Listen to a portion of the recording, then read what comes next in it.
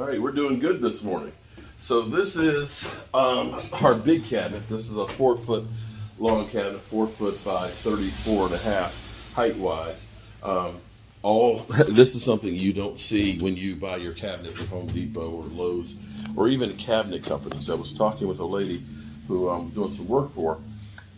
She was looking at 9 custom cabinets being $15,000.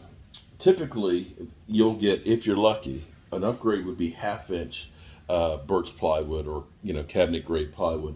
This is actually 3/4 of an inch. This is built to last. A lot of your cabinets will be made out of particle board, and of course, when particle board gets wet, they'll put particle board with like a veneer over it or like a paper veneer over top of it, like a wallpaper.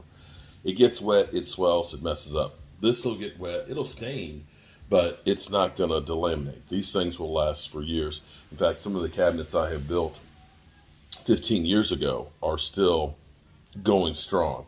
So definitely we build this to last. You can look in the kitchen, and I'm getting excited because after I get this cabinet done, I'll level the base of this and build the face frame for that one. But then I can bring in the first butcher block to get that put in place, and then put together the sink cabinet. I'll have to cut off the water to cut the pipes so that way they'll come up through the cabinets and have a zero clearance. But man, this is coming along great. There we have our face frame. Now you can see is all the pocket holes are all on the back side of it. So this is actually very, very strong. But then when you look at the face of it, you'll see nice tight joints in there, and you see no screws. So we'll fasten this on here. And then this cabinet, the only other thing we need to do is, because we're going to be using, putting drawers in this, we'll build a 3-inch wide column to go down the middle so we have solid wood to attach the drawer slides to. Just a little extra oomph to make sure it's good and solid.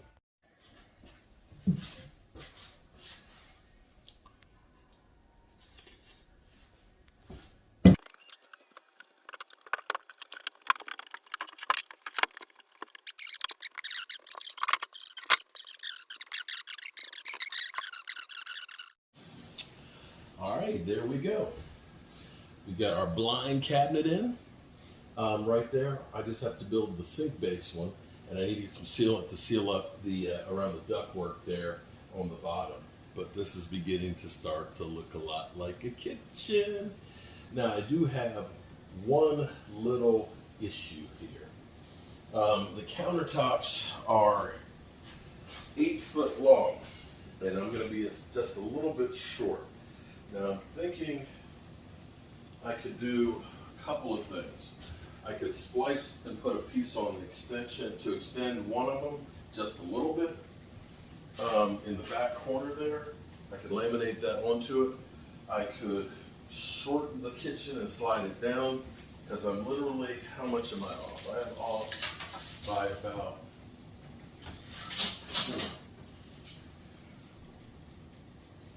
inch and a quarter short. So I got to think about this if I want to go ahead and just splice a piece onto the back corner there and then relaminate it, or if I want to just move everything down and get that extra inch. I do have the backsplashes. I might be able to be okay if I use the backsplashes, because that's going to be 3/4 of an inch to hide it. That may be what we do. We put a piece on the back side, 1/2 of an inch, and we end up making the side splash over here. We'll put a side splash there, and that can give me the space that I need. That's exactly how we'll do it. Then that way we won't have to make a joint into the countertop. But that's, wow. Wow. This place is really coming along. I love it. This is like a galley working through here, but it's still plenty of space to get to everything. Dishwasher opening up here, give you plenty of space. Plenty of space. All right, so let me get working now on the last cabinet that we have. Man, this is beginning to make me feel really, really good right now. Yeah, really good.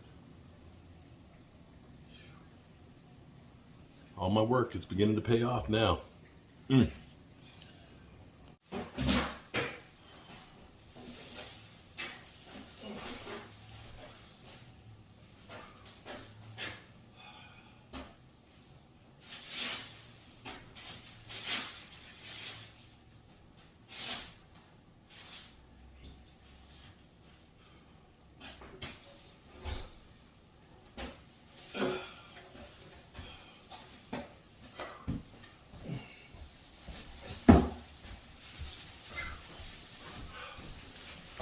Good Lord.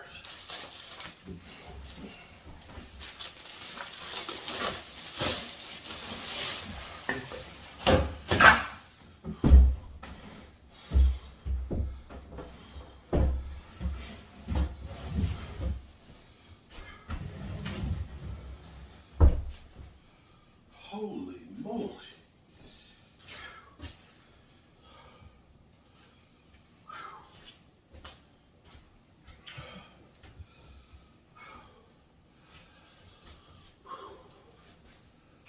Oh boy, man, I'm going to tell you now, we got this sink. This is a farm sink that we actually got at Lowe's. It's $379, I think it was. Not a bad price. It's like ceramic. It is heavy as can be. It's a good thing I went ahead and got the sink because I actually made a mistake on the thickness. It's a 9.5-inch deep sink. So when I did my cutouts for the shelf to put it on to support it, I cut it 9.5. It's actually 10.5 for the total width of it. Duh. So I ended up basically taking 2x4s to reinforce it to go in there. And now I'll make the face frame that will carry all the way through, so that way it'll be a snug fit right around it. Now, the nice thing on this is two-sided. They have the plain side, and then on the other side, they actually have like a little indentation of it. I'll tell you what, hold on. So now that's the other side of it. So I'm trying to decide which one. I think I kind of like the plain better than that, but it doesn't really matter in the grand scheme of things. I tell you one thing though, however it is when I put the countertop in, it's how it's gonna be. I ain't gonna try and no, okay, it's gonna be how it's gonna be. But got to make the face frame so it's gonna be nice and snug around it, and put that on there, and then I can actually cut the countertop to fit it.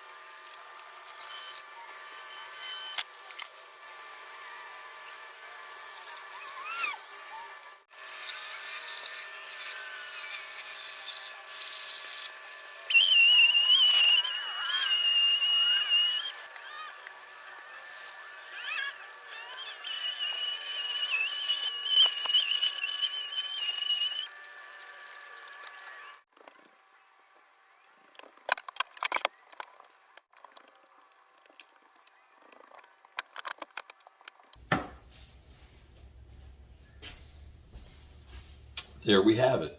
Now what we're going to do before we end up putting this all together is we're actually going to put spar urethane underneath of it to seal it up real good, to make sure that we get a good base for the, make sure the water does not mess it up. I had bought, I don't know what I did with that stuff.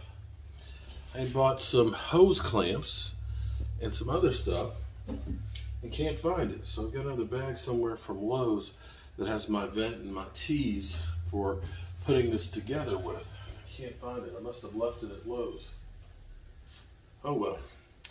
We'll go back and see if we can find it. Okay, so it's 8 o'clock and I'm kind of running out of steam now, but I'm gonna take the countertop over here and I'm gonna flip it over and put spar urethane up underneath of it to make sure it's sealed up good to protect it from the water. We've got the other cabinet up here, so what we're going to do is we're going to actually wrap shelves all the way around. We're going to build one more cabinet to go right here. That'll be the stop point right there. So that will be the ending and beginning. And so those shelves will continue all the way around. I think that'll give it a nice look. We're going to go ahead and do those as pine and varnish those, so that'll warm it up.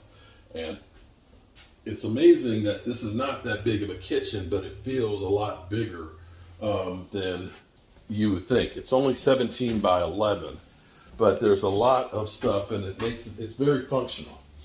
To be able to have 4 people sitting up underneath the pier, to have the stove right here. A person can be working at the stove, a person can be working right there on the island, a person can be working at the sink, somebody can be over there, and you're not going to feel crowded even though it is tight. And this is I've worked in a lot of restaurants, and so in the restaurants you want to be in a close proximity to be able to get everything in and out, as opposed to having a long way to go.